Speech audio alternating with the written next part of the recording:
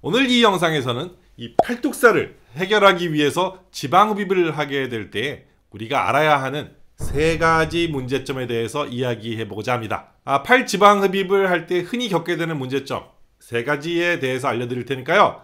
나가지 말고 끝까지 시청해 주세요. 인트로 보고 올게요.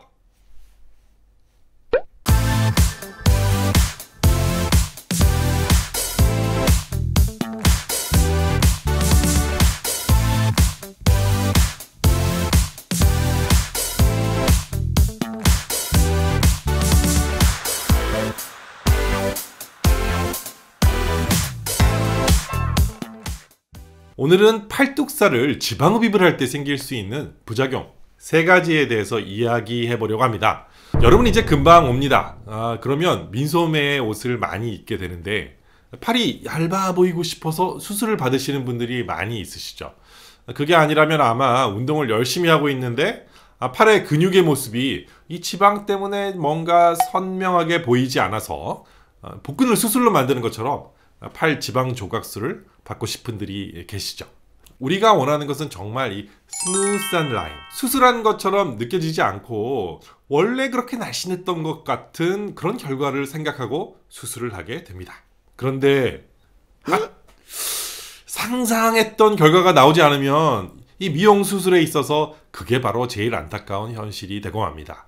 그걸 부작용이라고 할 수 있겠죠.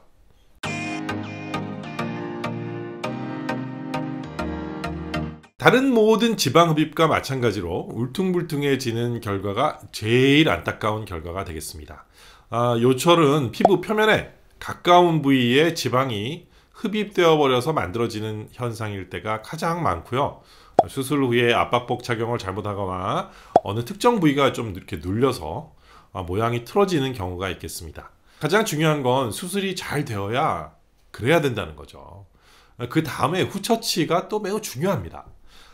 저희는 보통 수술 한 다음날 일주일 그 다음에 이제 한 달 뒤에 이렇게 방문을 해서 경과를 계속 관찰하게 됩니다. 그리고 한 달에 한 번씩 3달까지 경과를 보게 되죠. 그러면 중간에 문제가 있는 부분은 빠른 처치를 통해서 해결을 하고 있어요. 필요한 경우에는 후관리를 통해서 수술 후 더 좋은 경과를 만드는 것이 필요하기도 하죠. 모든 사람이 다 수술 관리를 받아야만 하는 건 아닙니다. 하지만 꼭 필요한 분들도 계시거든요. 요철이 지금 이렇게 심한 분들은 재수술을 위해서 방문을 해주시는데 많이 안타까운 경우가 많습니다. 여러분들 쉽게 생각하시고 지방분해 주사나 또 주사기로 이렇게 살짝 뽑는 것들을 하시는 분들이 많으신데요. 이런 경우에 수술을 진행하다 보면 이 지방층의 이 섬유화가 진행이 되어서 수술을 어렵게 만드는 경우가 많이 있어요. 너무 무섭게만 생각하지 마시고 이 팔의 지방을 좀 없애야겠다고 생각하고 계시다면 그냥 수술 잘 하시는 원장님에게 수술 받으세요.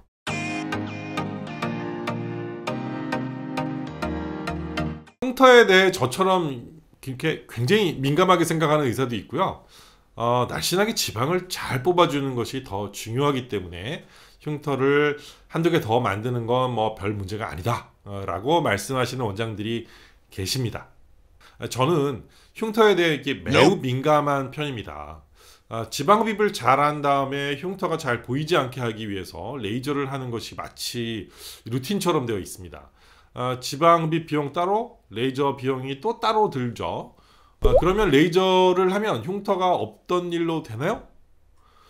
울퉁불퉁한 흉터는 조금 개선이 됩니다. 하지만 이 선으로 만들어진 흉터는 개선이 잘 되지 않아요. 이 10년이 지나도 그냥 보입니다. 이 민소매를 입기 위해서 수술을 받았는데 이렇게 흉터가 보여서 난감하다면 이 또한 가슴 아픈 일이 되겠죠. 또 어떤 경우에는 브라 라인 쪽에 양측성 흉터를 만들기도 합니다.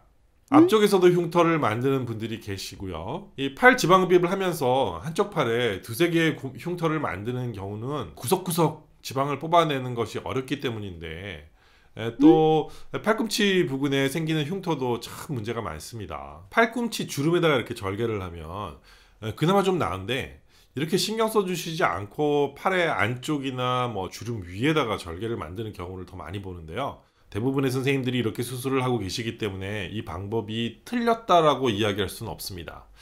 기술적인 설명은 제가 드리지 않겠습니다. 그래서 원홀 지방흡입이 이 고난이도의 수술인 것입니다. 다시 말하면 이렇게 두세 절개를 하지 않고 단 한 개의 절개로 두세 개의 절개를 한 것보다 구석구석 지방을 잘 뽑아내려면 카뉼라의 변형이 필요하고 여러 가지 포지션들을 이용을 해서 이 모든 부위에 접근이 가능하게 이렇게 해야 합니다. 정말 많은 시행착오가 있은 후에 지금의 기술을 습득할 수 있었습니다. 흉터가 하나도 생기지 않는 건 있을 수 없어요. 그렇지만 그 위치가 겨드랑이 안쪽에 그냥 한 개라면 다른 이야기죠. 보통의 경우에는 여기 한 개의 절개로 팔 아래쪽, 앞쪽, 옆쪽, 안쪽, 부유방, 겨드랑이, 등, 옆구리 뭐 이런 데까지 수술이 가능하고요. 이 하완, 여기 하완까지 가능합니다. 기술적으로 상상이 잘 안 되실 텐데요. 저희는 그렇게 수술을 하고 있습니다.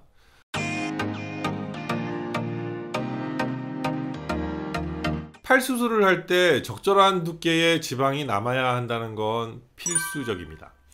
아무리 많은 양의 지방을 잘 뽑아도 너무 피부 바로 밑에까지 지방을 싹 다 뽑다 보면 이 근육의 모양이 선명하게 드러나게 됩니다. 상상이 되세요?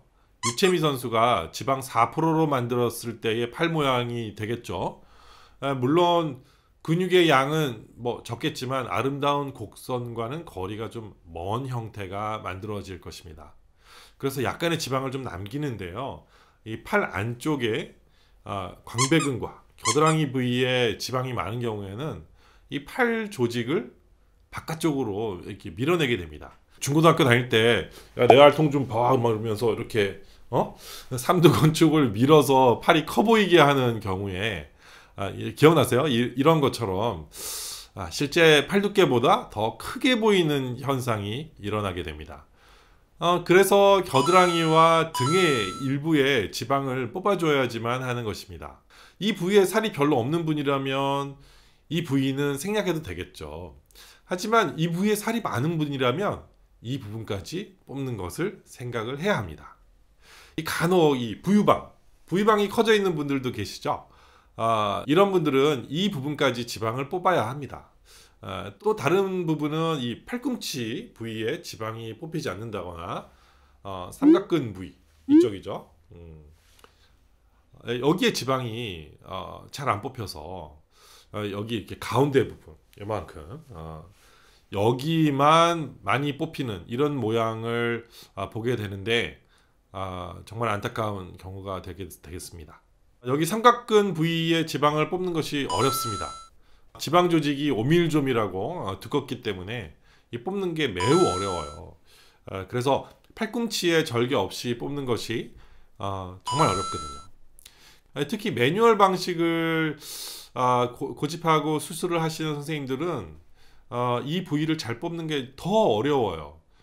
이 매뉴얼 방식으로 수술을 하게 되면 이 중간 부위는 많이 뽑히고 이 양쪽 끝 부분은 잘 뽑히지 않는 실수를 범하기가 굉장히 쉽습니다. 물론 오랜 기간 동안 잘 하시는 원장님들은 매뉴얼로 하든 진동 방식으로 하든 다 잘 하세요. 그러니까 그런 거는 걱정 안 하셔도 되겠습니다. 오늘은 팔 지방 흡입을 할 때 겪을 수 있는 3가지 문제점에 대해 이야기해 보았습니다. 오늘 이 영상이 마음에 들으셨나요? 그렇다면 여기 아래에 구독과 좋아요, 알림 설정까지 부탁드려요. 민소매를 입었을 때 더 예뻐 보이려고 하게 되는 팔 지방흡입, 여러분은 어떤 방식으로 수술을 하기 원하시나요? 소위 말하는 이 뼈팔 스타일? 아니면 자연스러운 근육의 결이 느껴지는 스타일? 여러분은 어떤 결과를 선호하시나요? 여기 댓글로 남겨주세요. 오늘도 즐거운 하루 되세요. 안녕.